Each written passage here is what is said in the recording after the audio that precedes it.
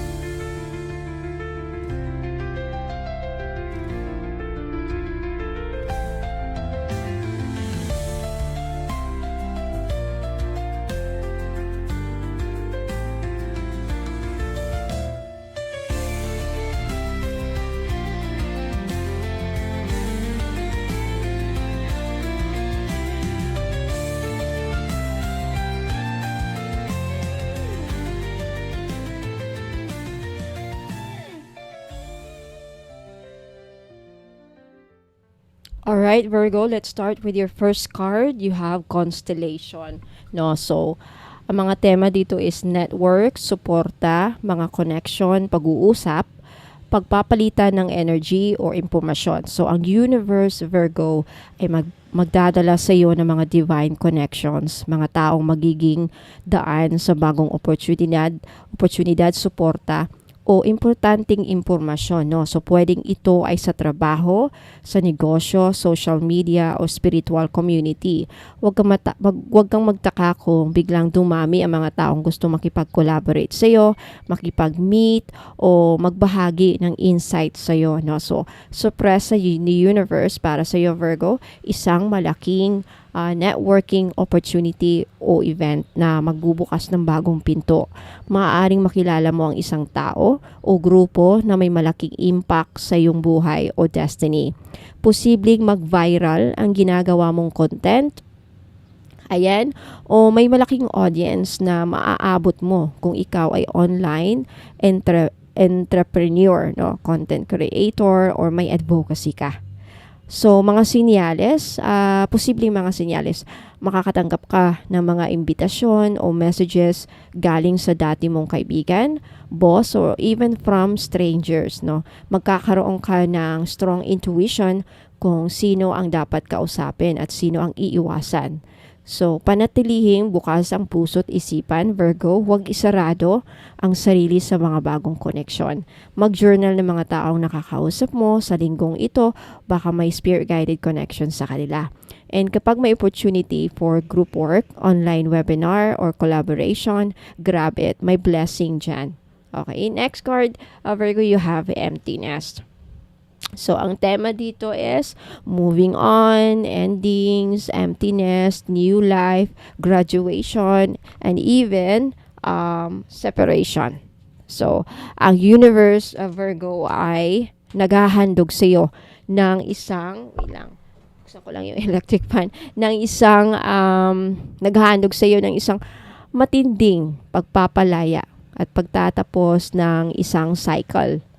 So, maaring ito ay isang relasyon, trabaho, o pattern ng pag-iisip o sitwasyon sa bahay.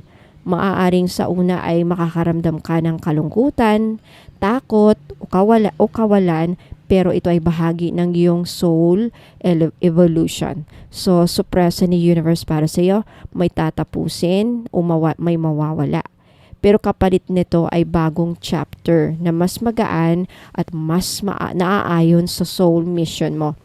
And next, maaaring magbago ang dynamics ng pamilya mo, mga sa bahay ninyo o isang long-term relationship. And pagkakataon na bumuo ng panibagong buhay, mas align sa true self mo. So mga posibleng senaryo dito, isang anak ang lalayo o mag-aasawa, isang relasyon ang mawawala o magbabago, paglipat ng bahay, trabaho o pagpunta ng ibang bansa.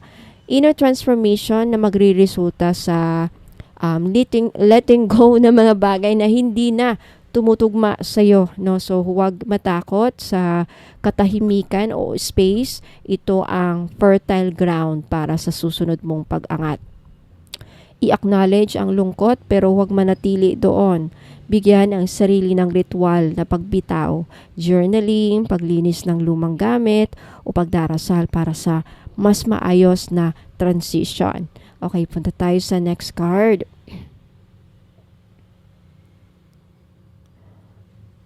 Ayan, universe. Ang mga tema dito sa barahang ito ay source, awakening, creation, interconnectedness, higher perspective, creator force. So, ang universe mismo, Virgo, ang kumakalinga at gumagabay sa iyo ngayon. Nasa gitna ka ng isang malalim na awakening, mas malalim kaysa sa mga nakaraan mong cycles.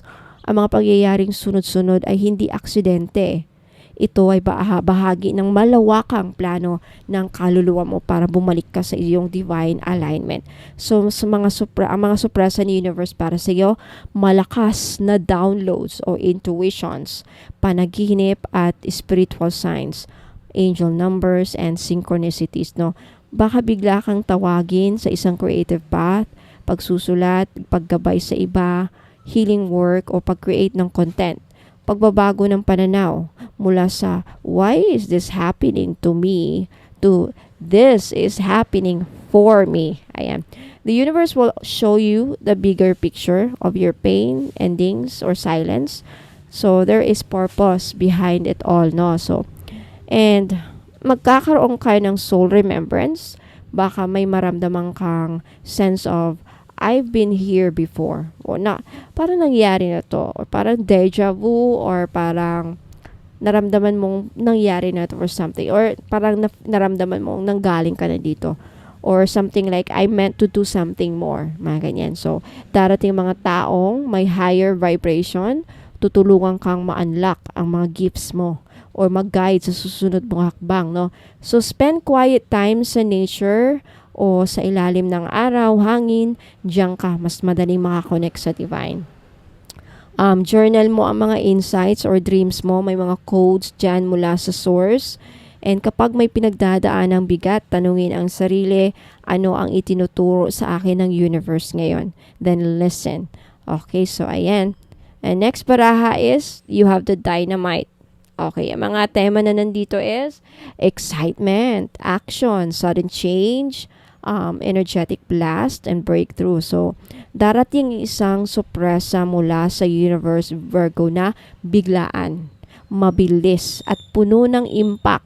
So, maaring ito ay isang event, balita, opportunity, o kahit emotional na breakthrough na parang sumabog o sasabog sa gitna ng katahimikan. Ngunit tandaan, ang pagsabog ay hindi para sirain ka, Virgo, kundi para gisingin ka at itulak ka sa next level. So, ang mga sorpresa ni universe para sa iyo, unexpected job offer, breakthrough opportunity, biglang tapos ng isang relasyon o sitwasyon for your highest good. Okay?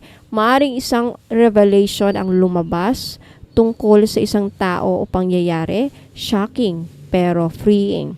And ang matagal mo nang iniiwasan ay biglang haharapin mo with fire, with clarity and purpose.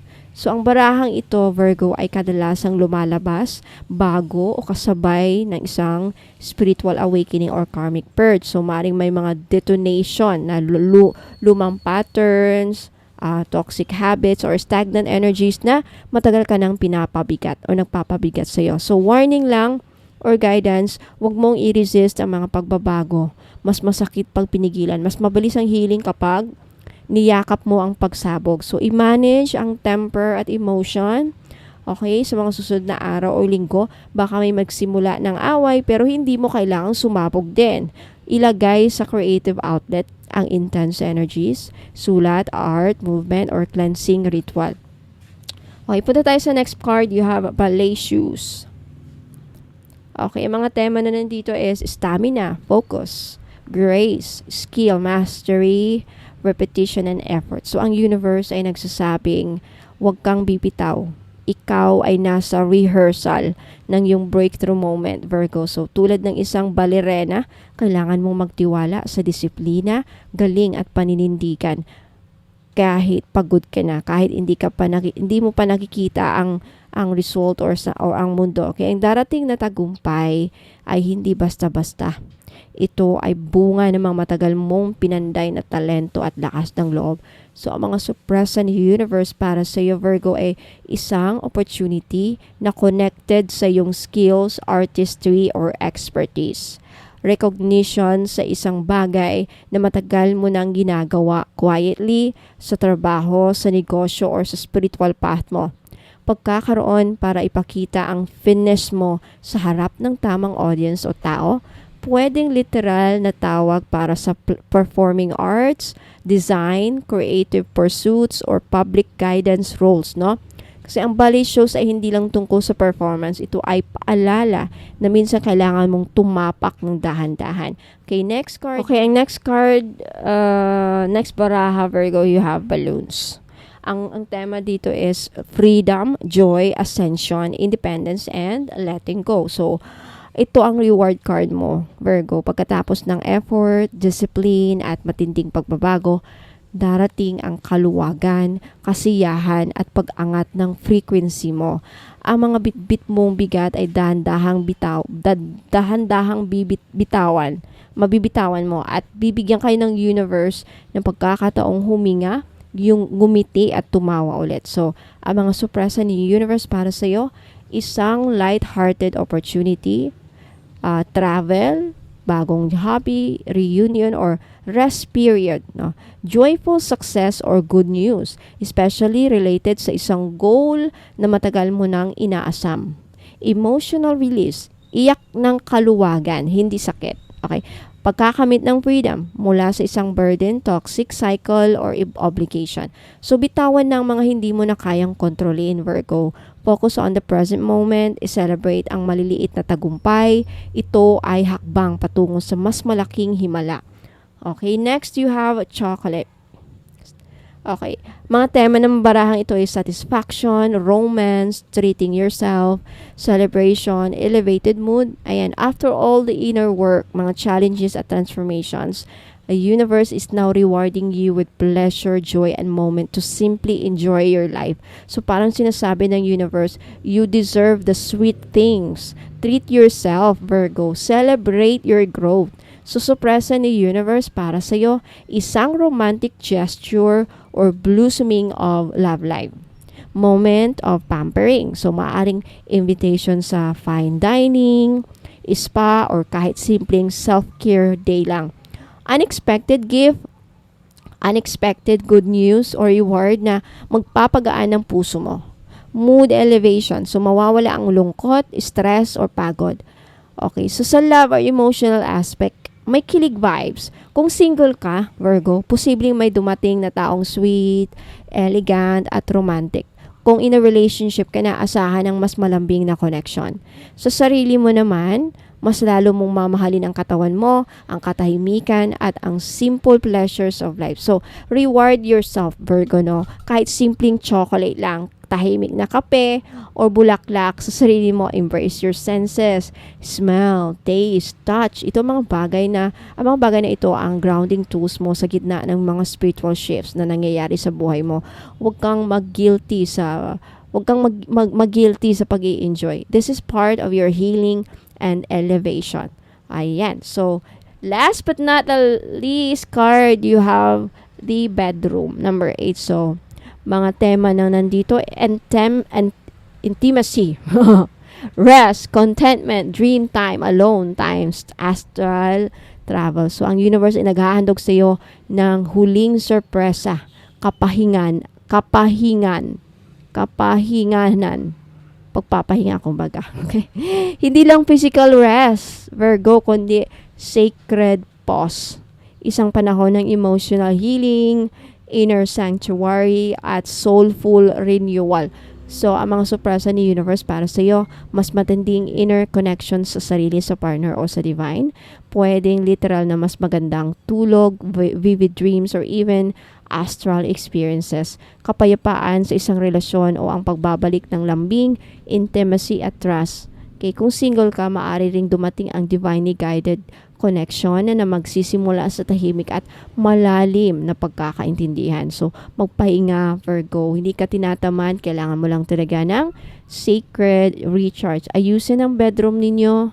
I-feng shui, linisin, lagyan ng crystals, essential oils, or soft lighting. No? Mag-journal ng dreams. Maaring may guidance na dumating habang natutulog ka. Sa love life, huwag baliwalain ang alone time. Dito ka muling bumabalik sa sarili mong divine rhythm. Kung may partner ka, nurture intimacy through quiet moments, quality presence over grand gestures. Kung may unresolved feelings, sleep on it, sagot ay darating. Ayan, so, matapos ang bagyo, no, Virgo, darating ang ginhawa. Matapos ang pagsubok, darating ang kilig, at sa dulo ng lahat, ikaw ay pauupuin sa katahimikan kung saan muli mong maririnig ang tibok ng puso mong matagal ng tahimik. Ito ang pagbabalik mo sa sarili mo, buong-buo, handang magmahal uli, at hanggang tumanggap ng lahat ng biyaya. Okay, so Virgo, Sun, Moon, Rising, and Venus placements, kung nag-resonate po sa inyo ang reading, let me know. I-comment nyo sa baba. Like this video, nagustuhan nyo po. At if you want to claim this, napaka-importante na mag-claim para makuha ninyo ang energy, mapunta sa inyo itong mga blessings. Mangyari po sa inyo. Yan po ang pag-claim para mangyari sa inyo ang mga nabanggit ko dito magaganda. Now, sa mga naghahanap po ng ritual na magkaayos, ritual na makapasa, ritual na makahanap ng magandang trabaho, ritual na maging successful sa negosyo, ano man yung mga ritual na gusto nyo iparitual sa akin, libre po, pag-usapan natin kung anong ritual yan. Pero yung mga bad ritual, hindi po ako gumagawa. Ritual na makasakit ng tao, ritual na pumaay, hindi po. Okay, so pag-usapan natin kung ano yung mga gusto ninyong may mga problema kayo, pwede nating gawin natin sa ritual. Idaan natin sa ritual po. Libre po yan kapag nakabili kayo ng mga items ko dito na ino-offer ko po dito sa YouTube. Okay, yung mga nasa Facebook ko po, medyo high price na po kasi yun hindi po makamasa. Pero sa kaya lang maka-afford. Okay, aabot ng 4,000.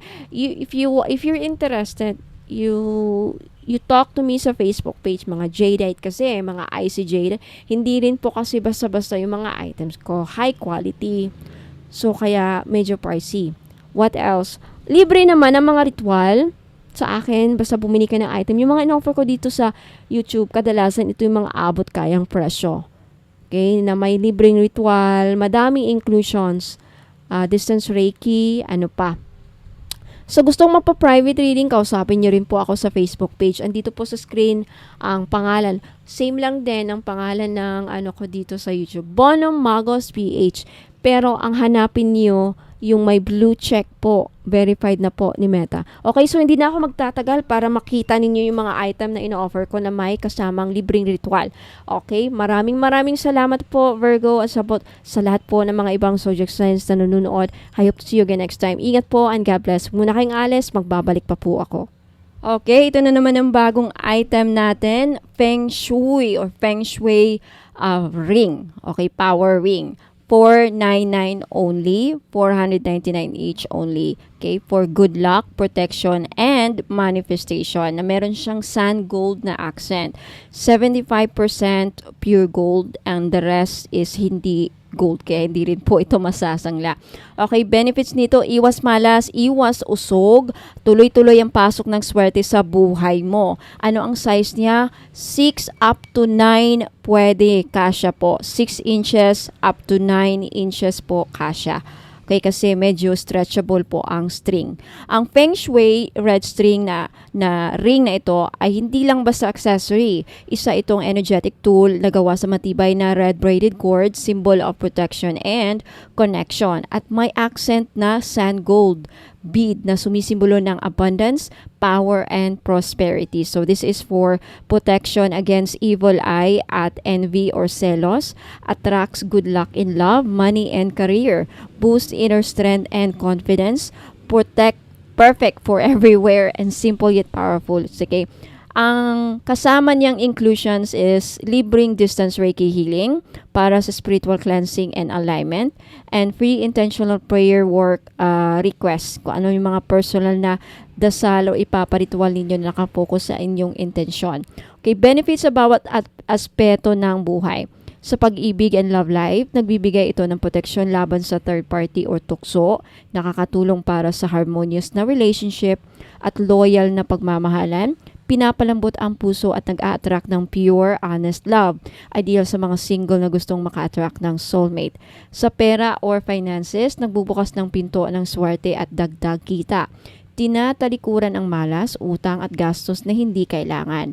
Pinuprotektahan ka mula sa energy ng inggit at paninira sa negosyo o hanap buhay. Sumisimbolo ng wealth magnetism dahil sa sand gold accent. Sa career or tagumpay sa trabaho, tumutulong para mapanatili ang motivation at focus. Nagtataboy ng office politics, chismis o toxic na environment. Pinapalakas ang aura mo sa boss at kliyente mo. Energetic armor para sa mga hustling araw-araw. Sa family naman at sa loob ng tahanan, energetic support sa stress, anxiety at pagkahilo. Okay, benefits pala yun sa health. Okay, energetic support sa stress, anxiety at pagkalito. Okay, sa health nakakatulong para mapanumbalik ang inner peace at lakas ng loob. May calming effect at panlaban sa burnout, tumutulong para sa balance ng chakras. Sa family naman at tahanan, nagsisilbing spiritual shield ng buong pamilya. Nag-aayos ng tensyon o lamat sa relasyon sa loob ng bahay, nagpapalambot ng loob lalo na sa mga matitigas ang ulo o may conflict. Maganda rin po sa mga anak na kailangan gabayan at protektahan. Sa spiritual aspect, matinding panangga laban sa evil eye, usog at psychic attacks. Energetically blessed at ritualize ito para sa gabay ng divine. May distance Reiki at dasal na nakafocus sa iyong intensyon, pinapalakas ang connection mo sa iyong spiritual path. Okay, sa mga gustong mag-order, take a screenshot at ipadala po niyo ang screenshot sa FB page ko, Bono Magos PH, na may blue check, verified po ni Meta. 499 each only po. Ayan. Secure your item na para hindi kayo maubusan kasi pag naubos na to, hindi na po ako magre-restock. Okay? So, I'll see you on my Facebook page. Black obsidian with mantra agate bracelet. Magkano ito? 1,450. Includes free complete ritual package, no? 38 steps of blessing ritual, distance Reiki healing, personalized prayer or ritual requests at 2 freebies. So benefits ng Black Obsidian with Mantra Agate Bead. Black Obsidian, the ultimate protector. Powerful psychic protection stone na nag-a-absorb at nagsisigaw ng negative energies from people or environments. Best ito para sa mga empaths, healers at mga taong madaling kapitan ng inggit o psychic attacks o mga kulam-kulam, mga palipad hangin. Helps cut energetic cords from past trauma or toxic people. So, mga spiritual uses nito, ideal for grounding during meditation, acts like a mirror. Pinapakita ang truth and hidden energies around you. Sinasabing mainam ito suotin kapag may kinakaharap kang pagsubok o spiritual warfare. Ayan, Mantra Agate Bead, energy amplifier, at sacred channel. Ang pulang agate bead na may golden mantra script ay hindi lang dekorasyon. Spiritual amplifier ito ng intentions mo, blessings at mantra. So, may nakaukit na mga Tibetan mantra of compassion. Om Mani Padme Hum attracts divine mercy, protection, and healing. Pinaniniwala ang nagbibigay daan para makakuha ng spiritual favor at good karma. Energy ng mantra ay nakaseal sa bead at sumasabay sa vibrations mo habang suot mo ito. So ideal ito sa mga may trabaho o negosyo na exposed sa competition, chismis at inggit. May mga nakaranas ng emotional instability, burnout or spiritual fatigue, mga gusto ng protection, divine support habang nagme-meditate, nagwo-work or naglalakbay. Para sa mga gusto ng mas malalim na spiritual connection habang pinoprotektahan ang sarili. Again, magkano? 1,450. Take a screenshot. Ipaki-screenshot po at ipadala nyo sa akin sa Facebook page, Bono Magos PH, yung may blue check, verified ni Meta, if gusto nyo pong mag-order. Thank you so much. 1,900 pesos only with free complete inclusions, 38 steps of blessing ritual, may distance Reiki healing, personal prayer or ritual request libre at 2 freebies. So, bakit kilala ang Sugilite bilang Stone of Cancer Healing? Ang Sugilite ay isang bihirang at highly spiritual na healing stone, lalo na kilala sa metaphysical world bilang bato ng spiritual na protection at paggaling.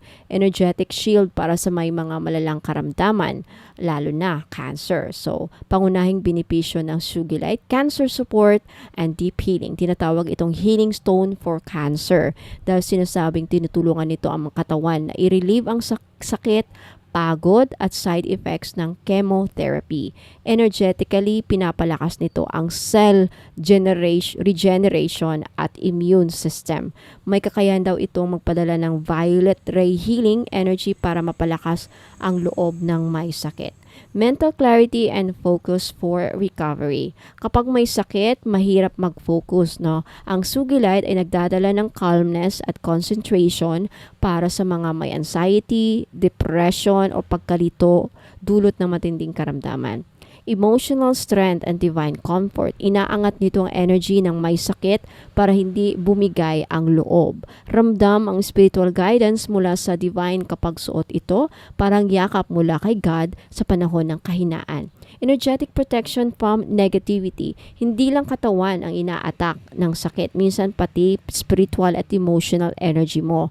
Ang Sugilite ay isang protection laban sa psychic attack, hopelessness at draining people. And also it activates their third eye and crown chakra. Ideal para sa may sakit na gustong i-maintain ang spiritual connection habang nagre-recover. So para kanino ito? Para sa may cancer or other chronic illnesses, para sa mga nangangailangan ng emotional support habang nagpapagaling, para sa mga nag-aalaga ng may sakit at gustong mapanatiling energetically protected, para sa mga gusto ng spiritual reinforcement habang nasa treatment.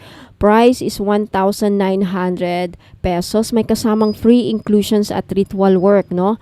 So, message me, take a screenshot of this item at i-message nyo, ipadala nyo sa Facebook page ko, Bono Magos PH, yung may blue check, verified po ni Meta.